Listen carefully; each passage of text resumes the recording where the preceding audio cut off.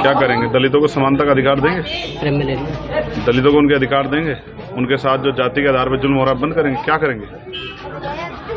उनकी सरकार है, मैं लगातार कह रहा हूँ, मोहन भागवत जी को, मोदी जी को आदेश करना चाहिए कि जातिहीन समाज की स्थापना के लिए जातियों को खत्म करने का काम करें। वो नारे देते हैं बटेंगे कटेंगे, इन सब नारों की बजाय जो है, चुनावी नारों की बजाय कुछ सार्थक काम करके दिखाएं। कब तक ये देश इस देश में जो जाति के आधार पर बंटवारा सहता रहेगा? अब उनकी सरकार है, जिस तरह जीएसटी पे प्राइम मिनिस्टर ने आके कहा, जिस तरह से नोटबंदी पे कहा, तो देर क्यों करते हैं? मैं तो चाहता हूँ प्राइम मिनिस्टर आज आ जाए और लाइव आके कहें कि आज के बाद देश में कोई जाति नहीं, सब भारतीय होंगे और सबको भारतीय होने पे गर्व होना चाहिए। बाबा साहब अम्बेडकर ने कहा था हम प्रथम अद्वितीय भारतीय हैं, हमें गर्व है कि हम भारतीय हैं। लेकिन सरकार उसके लिए कर क्या रही है? सरकार तो चुनावी आधार पे जो है, जाति धर्म के आधार पे हिंसा कराती है, जुल्म कराती है, लोगों को डराने का, धमकाने का, बुलडोजर चलाने का काम करती है। तो ये पहल बहुत दिनों से चल रही है, ये सिर्फ वोट लेने के लिए, इनका जमीनी सच्चाई कुछ नहीं है। अगर ऐसा होता तो आज देश में बहुत बड़ा बदलाव होता। बाबा साहब इसी प्रयास करते हुए चले गए कि ये जो गैर बराबरी थी खत्म हो, और जब नहीं कर पाए तो उन्होंने बौद्ध धर्म की दीक्षा ली। तो ये तो हम सबके सामने है।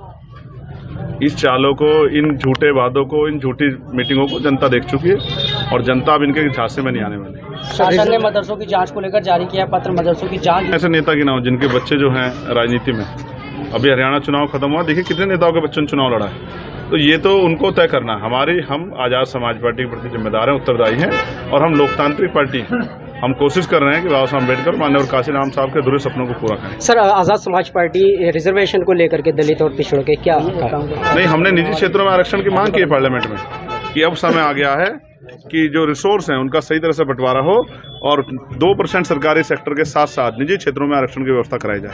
अखिलेश यादव कह रहे हैं हमने ठाना संविधान आरक्षण सौहार्द बचाना है, बाबू साहब लोहिया के सपनों का देश बनाना है। देखो, नारे तो 2024 के चुनाव में लगे थे। इन नारों में शायद सच होता तो जनता को महसूस होता कि जनता ठगी नहीं गई है। जनता उस झूठ को इस बार वोट चुनाव में बताएगी।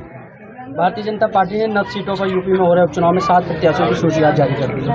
ये भी आखिरी समय पे की है। ऐसा क्या हुआ जो पार्टी सत्ता में इतना क्यों भय लग रहा है?